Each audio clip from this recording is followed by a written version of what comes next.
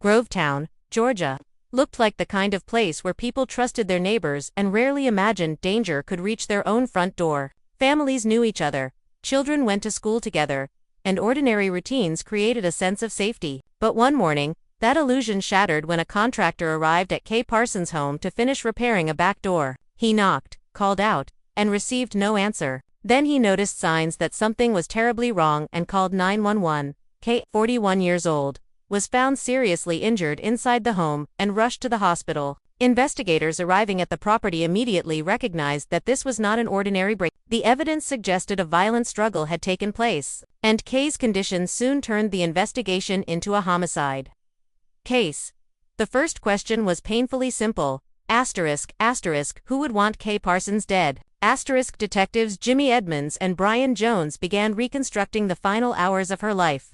Knowing that every minute could matter, Kay was described as friendly, predictable, and deeply devoted to her son. Her husband, David, was away in Los Angeles on business and said he had last spoken with Kay the previous evening. Investigators initially found no obvious marital problems, and David insisted that their relationship was strong. But in a homicide investigation, appearances are never enough. Detectives had to look beyond the grieving husband, beyond the quiet neighborhood, and beyond the first explanations. Somewhere inside Kay's final 24 hours was the answer, and someone was already hiding part of the truth. Kay's morning routine gave investigators their first solid timeline. She took her son to school, stopped for breakfast, and dropped him off before returning home. Records and witnesses helped establish that she made the breakfast purchase around 6:55 a.m., creating a narrow window between that moment and the discovery of the crime. The contractor, Mr. Kuzert, said he returned around 8:45 a.m. to continue repairing the back door. He knocked several times, received no response, and eventually went around the property. What he found led him to call emergency services. His story was carefully checked, because anyone who happened to discover a murder scene could also become a suspect. But investigators were eventually able to clear him. Then Kuzart mentioned something that immediately caught detectives' attention. While he was outside calling for help, he noticed Kay's young neighbor, 22-year-old Michael Bowers, sitting nearby. Michael claimed his own house had also been broken into. That detail changed the direction of the investigation. Detectives discovered signs of a burglary at Michael's home and even found blood that belonged to Kay. But something didn't fit. Why would someone attack Kay, move next door, commit another break-in, and then remain nearby while police arrived? Michael's presence seemed suspicious, but suspicion was not evidence. Investigators needed to know where he had been that morning and whether his story could survive careful examination. Michael initially told detectives that he had left home for a painting job. Investigators checked the story and discovered there was no such job. His explanation changed, and that only increased their concern. He eventually said he had been at a friend's house before returning home. Then came a small piece of physical evidence, a tiny fragment of glass found on the bottom of his shoe. Laboratory testing showed that the glass came from Kay's damaged back door. It sounded significant, but Michael had an explanation. He claimed he had walked around the back after learning that the house had been broken into. Detectives still needed something more concrete. A suspicious detail can open a case, but it cannot close one. Michael named his friend Anthony as an alibi. Anthony confirmed that Michael had been with him that morning, leaving around 8:30. That created an extremely tight window before the contractor arrived at 8:45. Detectives calculated whether Michael could realistically have left, returned home, committed the crime, and then appeared outside, in time to be seen. The timeline simply did not work. Michael remained suspicious because of his lies, but the investigators could not make the evidence fit him as the killer. Their attention returned to the house itself. The burglary appeared strangely incomplete, with valuable items left behind, suggesting that the intruder may have been interrupted. The theory began to form. Perhaps Kay had unexpectedly encountered someone inside her home. Police expanded their search throughout the neighborhood, asking residents what they had seen and checking anyone with a history of break-ins or similar offenses. One name quickly stood out: Aaron Fisher, a local man with a record involving theft and burglary. He lived close enough to Kay's home to attract immediate attention. Investigators examined his history and questioned him about his movements that morning. Fisher said he had been home with his girlfriend until later in the morning. His girlfriend confirmed the account, giving him a credible alibi. Once again, detectives were left with a suspect who looked possible on paper but could not be placed at the scene. The neighborhood, meanwhile, was becoming increasingly frightened. A violent killing had happened in a place people considered safe, and nobody knew whether the person responsible was still nearby. Then the investigation took another shocking turn. Becky Sears, Kay's next-door neighbor and one of her closest friends, was suddenly injured in a separate shooting. Becky claimed that someone had approached her and made a threatening statement. To investigators, the timing was astonishing. First Kay was killed, then Becky was attacked. Was someone trying to silence another witness? Or was there a much deeper connection between the two families? Detective Edmonds began questioning whether Becky's story made sense, especially because some details did not seem to fit naturally. The investigation changed dramatically when Detective Edmonds received an unexpected tip from a man named Jerry Jacobs. Jerry was Becky Sears' brother and had previously lived with her family. He told detectives something they had never heard before. Becky had been emotionally involved with Kay's husband, David. According to Jerry, Kay had discovered the relationship, and Becky had become deeply upset because she wanted David for herself. Suddenly, the case had a possible motive that was far more personal than a random burglary. Investigators now had to reconsider everything they thought they knew about the families living side by side. The apparently perfect friendship between Kay and Becky concealed a secret relationship that could have changed everything. Jerry went even further. He told detectives that Becky had previously spoken about wanting Kay out of the picture and had asked whether there was a way to make her death look accidental. Investigators were stunned, but they also had to question why Jerry was coming forward now. Could he be telling the truth, or was he trying to shift blame onto his own sister? Then came another crucial detail. Jerry identified a hammer from the crime scene as something he had seen at Becky's home. That suggested investigators might finally be looking at a connection between the motive and the physical evidence. But if Becky was involved, detectives still had to determine who could have carried out the attack. Their attention soon turned toward her sons, particularly Christopher Bowers. Christopher was different from his brother Michael. According to investigators, Becky had treated Christopher as her favored son, providing him with support and expensive possessions that Michael did not receive. Jerry claimed Christopher knew how devastated his mother was over David and believed he would do almost anything for her. Meanwhile, detectives returned to David Parsons and confronted him about the alleged affair. At first, David appeared shocked, but eventually he admitted that the relationship with Becky had existed. He said Kay knew about it, and that he had told Kay he wanted to end it. Yet investigators discovered that David had still communicated with Becky shortly before Kay's death, contradicting the picture of a relationship that had truly ended.